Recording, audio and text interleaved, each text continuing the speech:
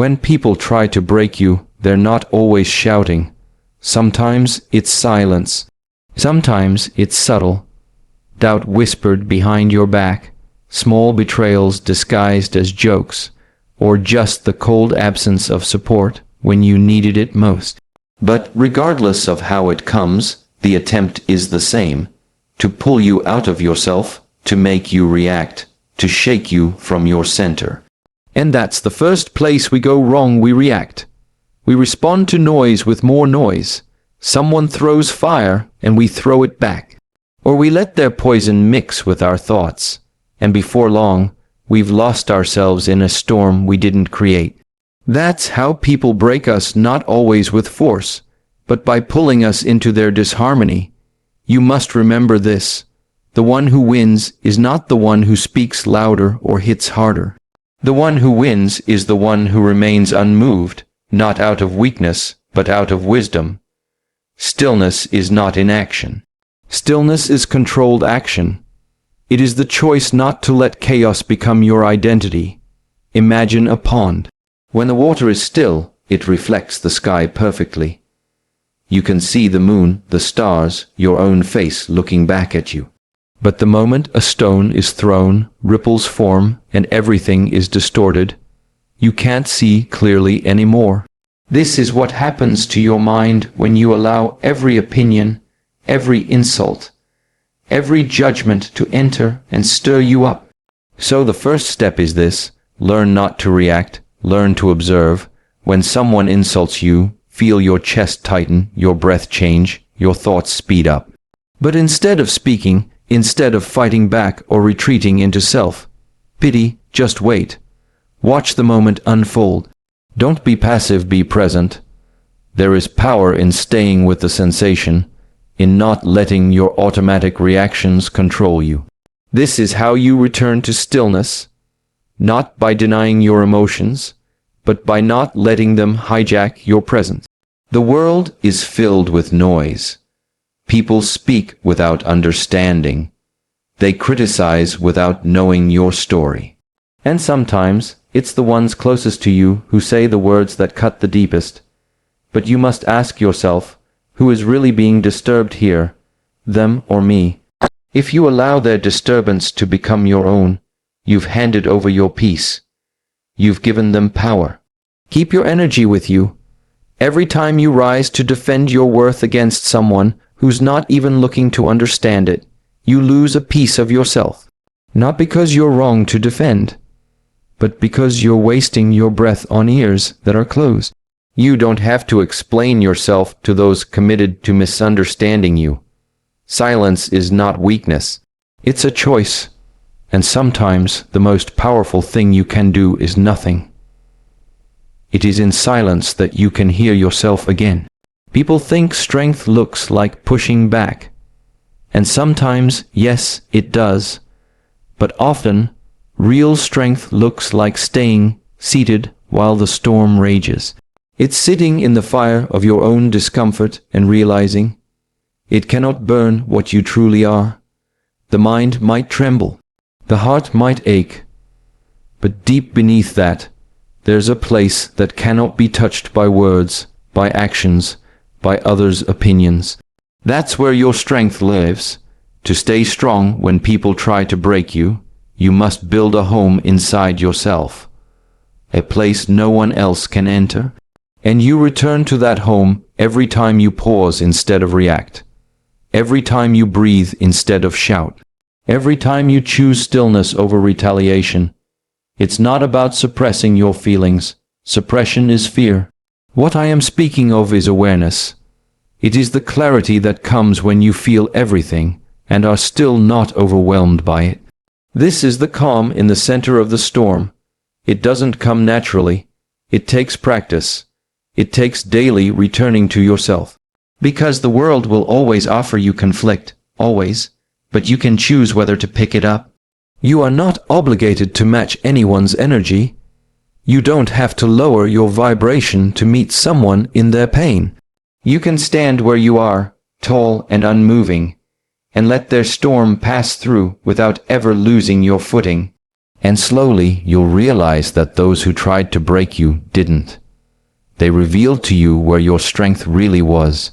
Not in proving them wrong, not in arguing, but in not needing to. Let them speak, let them doubt, let them try. You return to stillness, and in that stillness you remain unbreakable. When you feel broken, not in the body but somewhere deeper, it's easy to think something has gone wrong. That something is wrong with you for feeling what you're feeling, but this is a misunderstanding. Pain, sadness, anger, shame. These are not signs of weakness. They are not evidence that you are losing.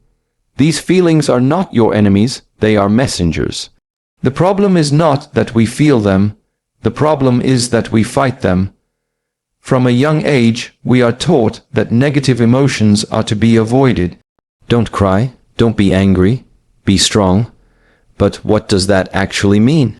If strength means pretending to be okay while you're falling apart inside, then we've misunderstood the whole idea of resilience. True strength isn't about suppression. It's about seeing clearly. It's about facing everything that rises within you and choosing not to be defined by it. When someone tries to break you, through words, actions, or even silence, they are often trying to provoke a reaction. And very often, that reaction becomes internalized. Their aggression becomes your self-doubt. Their dismissal becomes your feeling of worthlessness. That is how pain gains power, but pain on its own, it's just a signal. Like a flame, it can burn or it can illuminate. The choice is in how you hold it. Imagine this. Someone throws a sharp comment at you, a cutting word. You feel it immediately. It lands in your chest, in your gut. Your thoughts tighten around it, and very quickly, you start to believe that what they said might be true. Or worse, you turn your anger inward. Why am I affected? I shouldn't feel this. But this is where you need to pause. This is where the message is trying to reach you. What are you feeling? Not just the word, anger, sadness, but where is it living in your body? Can you sit with it without immediately judging it, without trying to fix it? If you can, you'll notice something subtle but powerful. The emotion is moving. It's energy. It's rising up to pass through. It's not here to stay. But if you resist it, fight it, suppress it, then it stays trapped. It becomes tension in the body, confusion in the mind, heaviness in the heart. So let the pain speak. Listen, not because the pain is always right, but because it always carries something useful. Sometimes it's showing you where your boundaries were crossed. Sometimes it's pointing out an old wound that was never fully healed. And sometimes it's just telling you, you care, this matters to you. That's not weakness. That's life. To stay strong, you must become a student of your inner world. You must observe without attachment. Feel without drowning.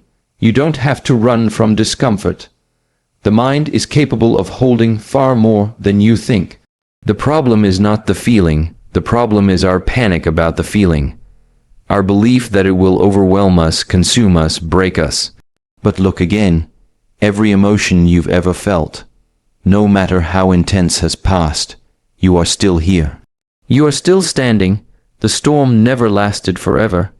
And even in your darkest moments, there was still something watching. A quiet awareness, untouched by the emotion, watching everything unfold. That is the part of you no one can break. The next time you feel the weight of someone's judgment or the sting of their words, don't rush to defend yourself. Don't rush to run. Sit with the feeling. Welcome it like a visitor. Let it show you what it came to reveal. And when it has delivered its message, you let it go. You thank it and you release it. This is not poetic, it's practical. Emotional awareness is not just a spiritual idea. It is the most grounded, real skill you can cultivate. It will protect you from turning against yourself in moments of pain, and you'll start to notice something. The more you practice this, the less power others have over you. Not because you're indifferent, but because you've learned to feel deeply without being destroyed by what you feel. That is strength. That is what unbreakable really means. Pain will visit, let it come, let it teach. Let it pass, it does not own you. There's something we must understand very clearly. When people try to break you, they're often not just handing you pain. They're handing you their own suffering, their own unprocessed fear, anger, frustration, jealousy. And if you're not aware, you'll absorb it. You'll carry what was never yours to begin with. Their pain becomes your identity. Their aggression becomes your reaction. But this is not strength. This is not clarity. This is how cycles continue. One person transferring darkness to another. You don't need to carry what doesn't belong to you. You have a choice. Every time someone throws something at you, words meant to sting, silence meant to punish, betrayal meant to wound, you can either absorb it or you can transmute it. You can either become what they project or you can remain what you are. Let me explain something. There's a difference between protecting yourself and hardening yourself. To protect yourself is to set a boundary. It's an act of clarity. To harden yourself is to armor up out of fear. When we absorb other people's energy, especially when it's negative, we begin to build layers over our heart. A little here, a little there. Over time, we're no longer responding to the present. We're reacting from the past. We don't see people as they are. We see them through the pain we've stored. But when you transmute something, you're not pushing it away. You're not pretending it didn't happen. You're acknowledging it. Yes, this hurt. Yes, this was unjust. But instead of becoming bitter, you become clear. Instead of carrying that energy into your next conversation, your next decision, you sit with it. You breathe with it. And you let it transform into something useful. Compassion, understanding, discipline, focus. People often misunderstand what it means to be strong in the face of cruelty. They think it means ignoring it. They think it means smiling while being crushed. No, that's not strength, that's avoidance.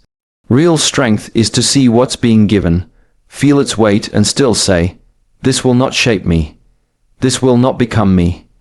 You face it, but you don't become it. The more mindful you become, the more you realize that most of what people throw at you is not personal. It feels personal. It targets you. It looks like it's about you. But most of the time it's not. It's about what they're carrying. And hurt people often don't know how to do anything except project that hurt onto others. If you're not conscious, you take it personally, you internalize it, and now you're hurt too. And maybe you pass it on, but there is another way. The warrior doesn't respond with violence just because violence is given. He stands still, he studies what's being thrown. He studies the source, and only then does he decide whether to respond and how. That's wisdom. That's the discipline of not reacting from the same place the attack came from. Every moment someone tries to break you is also a moment where transformation is possible. Because in that instant, you are offered a mirror. Will I react from the same place, or will I choose a different path? This isn't about being passive. This isn't about letting people walk all over you. It's about choosing how you show up, choosing how you respond, not giving your peace away for free. Sometimes people say, but they disrespected me. And yes, maybe they did. But now ask, will you mirror their disrespect? Or will you rise above it and keep your own integrity intact? Dignity doesn't come from others treating you well. It comes from how you treat yourself, even in the face of mistreatment. Especially in the face of mistreatment. It's not easy. This path isn't easy. But you weren't made for easy. You were made to grow, to refine, to become sharper through experience, not more bitter. Your energy is precious. And every time you give it to someone who doesn't value it, someone who only wants to drain or diminish it, you become a little less of yourself. But when you learn to protect it not with walls but with awareness, then you start to live with intention. You stop absorbing. You stop reacting. You start transforming. And here's the beautiful thing. Once you stop absorbing the darkness of others, you start seeing the light within yourself more clearly. That light was never gone. It was only hidden beneath all the noise, all the emotion you thought belonged to you, but didn't. Once you stop carrying the unnecessary, you become lighter, clearer, more at peace. Let others throw what they will. Let them project, judge, doubt. That's their burden to carry, not yours. Your task is simple. Remain yourself. You see, when the wind comes, it doesn't warn you. It moves through the trees and shows you which ones have deep roots and which ones do not. And people, in many ways, are the same. It's easy to appear strong when no one is challenging you. It's easy to smile when life is in your favor. But when someone tries to tear you down, when words become weapons, when rejection arrives, when betrayal walks into your life uninvited, that's when your true foundation is revealed. The mistake is in thinking that strength is something loud, that it's a shout or a raised fist or a declaration to the world, "You can't break me." But real strength, the kind that doesn't waver, is quiet. It's not in how you project yourself outward, but in how deeply you know yourself inward. It's in your ability to remain rooted even when the storm demands you fall. We spend so much of our lives building ourselves outward titles, achievements, followers, approval. We construct an identity made of things that can be seen, measured, praised. But when someone tries to break you, they don't aim at what you've built. They go for the foundation, and if your foundation is only surface, deep, then when the attack comes, it collapses. That's why praise and blame feel the same over time, because both are winds. One lifts you falsely, and the other tries to bury you. But neither has anything to do with your root. You must go deeper. Your worth cannot be tied to what others give or take. The unshakable part of you is not your name, not your success, not your past. It is your awareness. That space inside that watches everything. Your joy, your sadness, your anger, your calm, it watches without judgment. That's the part that people cannot reach. No insult can touch it. No rejection can damage it. And yet, most people never sit still long enough to feel that space. They stay at the surface. So when others come to stir the surface, they are immediately thrown off. But the one who lives from the root, from that deep place, moves differently. When people try to break him, he does not panic. When he is misunderstood, he does not rush to be seen. When he is attacked, he does not need to attack back, because his worth is not on trial. He knows who he is, not as an idea, but as a living truth. This is what practice really means. It's not just about breathing or moving or meditating in silence. It's about cultivating that root so that when someone tries to pull you out of your peace, you don't move. You see clearly, this is not mine to carry. You let go of what is not yours. You protect your energy by not giving your peace to those who didn't earn it. People will test you, sometimes without intention, sometimes with it. And your job is not to control what they do. Your job is to remain connected to the part of you that they cannot reach. You are not made of their opinions. You are not held together by their validation. You are whole already. When you begin to live from this place, something shifts. Not outside of you, but inside. You stop chasing things that can be taken away. You stop begging for spaces that were never meant for you. And you stop fearing the moments when people try to break you, because you know deeply that what is real cannot be broken. Still, it takes courage. It takes consistency to turn inward when it would be easier to fight outward, to listen when your ego wants to shout, to be still when the world tells you that only movement means progress. But the tree that does not deepen its roots cannot grow tall. And the person who does not know their center will always live at the mercy of others. So the question is not, will people try to break me? They will. The question is, will I give them the part of me that breaks? or will I return to my center? Again and again, until the center becomes who I am, not just where I visit, because the unshakable root is already inside you. Your only task is to stop reaching outward and begin remembering. That is how you remain unbroken.